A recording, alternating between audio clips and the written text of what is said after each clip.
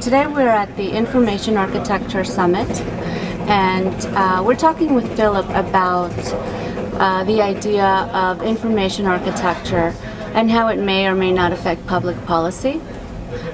Filip, can you tell us a little bit about yourself and then give us some thoughts, some ideas about how you feel about that subject? I'm Filip Borloo, I'm from Belgium.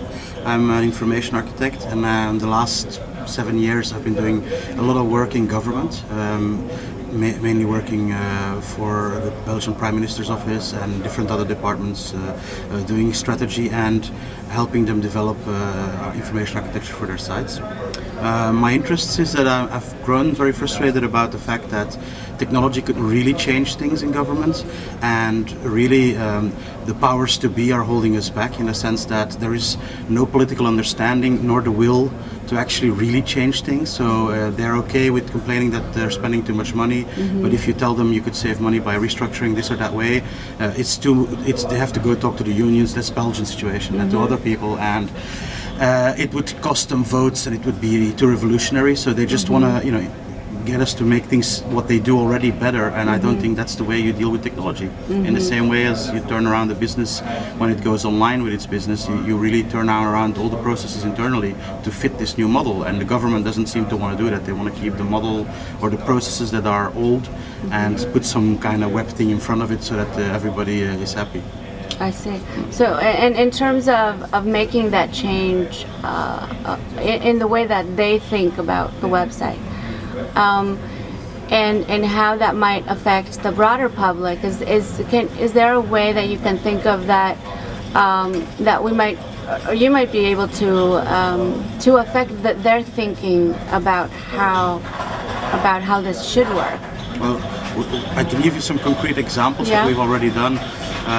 We are working on the big portal for Belgium now, with Belgium.be, and for the first time it's not going to be the site of the federal government, but it's going to be the site representing all levels of government in the country. So that's one big achievement. Yeah, that's great. We also got them to turn around and basically you build a top layer of user-centric content. So they have an editorial team of 15, which doesn't seem much, but for Belgium that's enough. That's great. Who are going to work around different topics and write user-centric content. So basically, Q&A kind of things.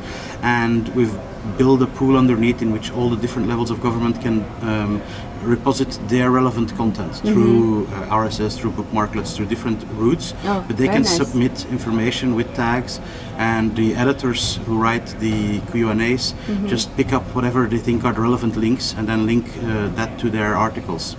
So that's a big change in as opposed to the traditional government portal, where you have, the government has 12 departments, and you as a citizen, you have to know what the difference is between tax and finance and budget, and definitely in a country with so many different political levels as Belgium, this is quite refreshing. But it's a slow process. I mean, we've been educating and working on this since 2002, making vision notes, talking to people, and it's a long winded process, and this is only one site. We're not talking about, there's a bunch of huge portals that still have to come. So that's at the moment how we're trying to put our thing. We're working from within the government, basically trying to change things there.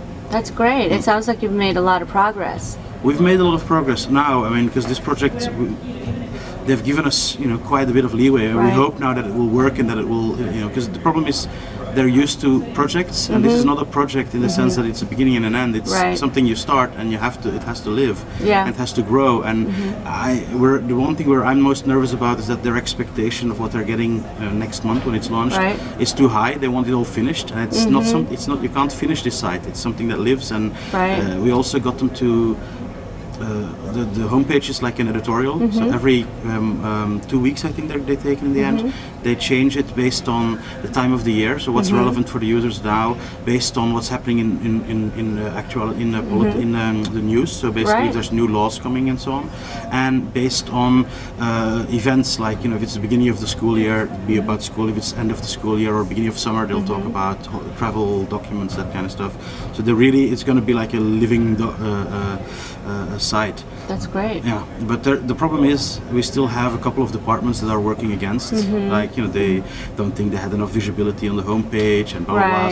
So it's very delicate, and the biggest problem for me is still that politicians just don't get it. Yeah.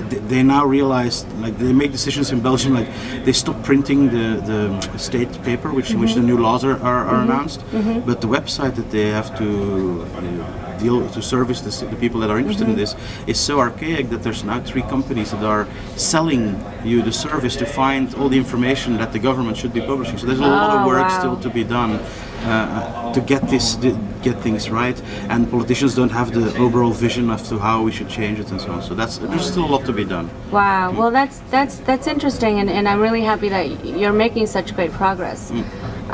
Thank you so much for your time, and we'll be posting this, and we'll send you the link. Thank you. Thanks.